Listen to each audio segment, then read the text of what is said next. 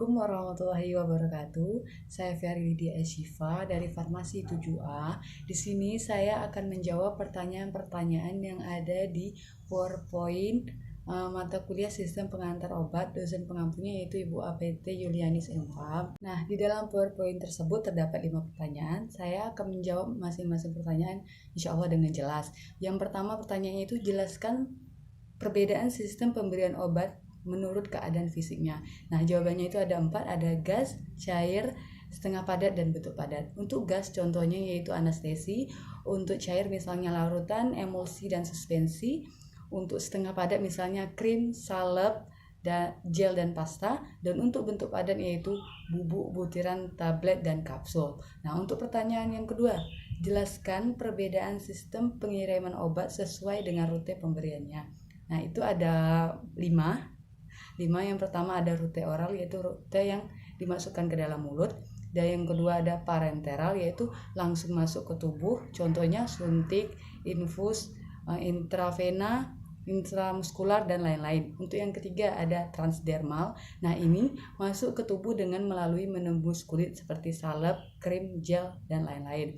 Nah, untuk keempat secara lokal, yaitu dirancang untuk memberikan efek lokal. Yang terakhir ada rute lainnya, masuk ke dalam tubuh melalui selaput lendir seperti tablet bukal, suppositoria, inhaler, dan lain-lain. Kita akan menjawab pertanyaan yang ketiga, yaitu jelaskan perbedaan sistem pengiriman obat menurut jenis pelepasan obatnya.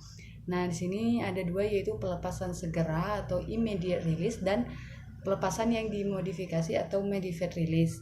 Nah, untuk penjelasan pelepasan segera, yaitu obat dilepaskan segera setelah pemberian. Yang kedua, mengizinkan obat larut dalam isi gastrointestinal.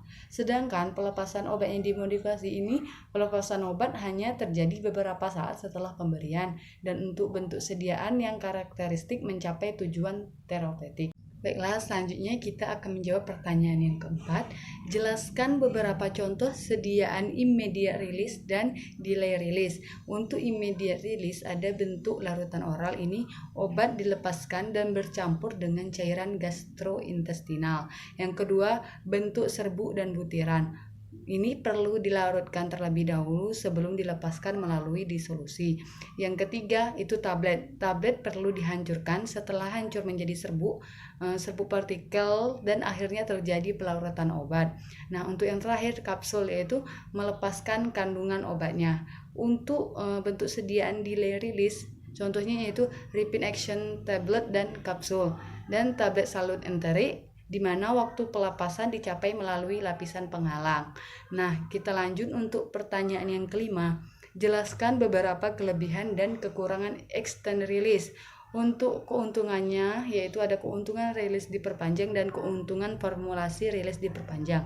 Untuk keuntungan rilis diperpanjang, keuntungannya itu ada banyak, tapi saya akan mengambil 4, yaitu meningkatkan kepatuhan dan kenyamanan pasien. Yang kedua, penurunan frekuensi pemberian dosis. Yang ketiga, mengurangi fluktuasi singkat obat yang beredar. Dan yang terakhir, efek yang lebih berseragam. Nah, untuk keuntungan formulasinya ada 4 juga, yaitu menyembuhkan atau mengendalikan kondisi. Yang kedua, memperbaiki atau mengontrol kondisi. Dan yang ketiga, meningkatkan ketersediaan hayati obat. Yang terakhir, memanfaatkan efek spesifik.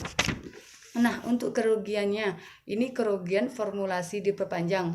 Ada banyak, tapi saya ambil 4, yaitu proses dan peralatannya lebih mahal. Terus yang kedua, penurunan absorpsi obat bisa menunda onset aksi obat. Yang ketiga, peningkatan potensi untuk first pass clearance. Dan yang terakhir, dokter kurang fleksibel dalam menyesuaikan regimen dosis. Baiklah, sekian dari saya. Apabila terjadi kesalahan, saya mohon maaf. Saya akhiri, wassalamualaikum warahmatullahi wabarakatuh.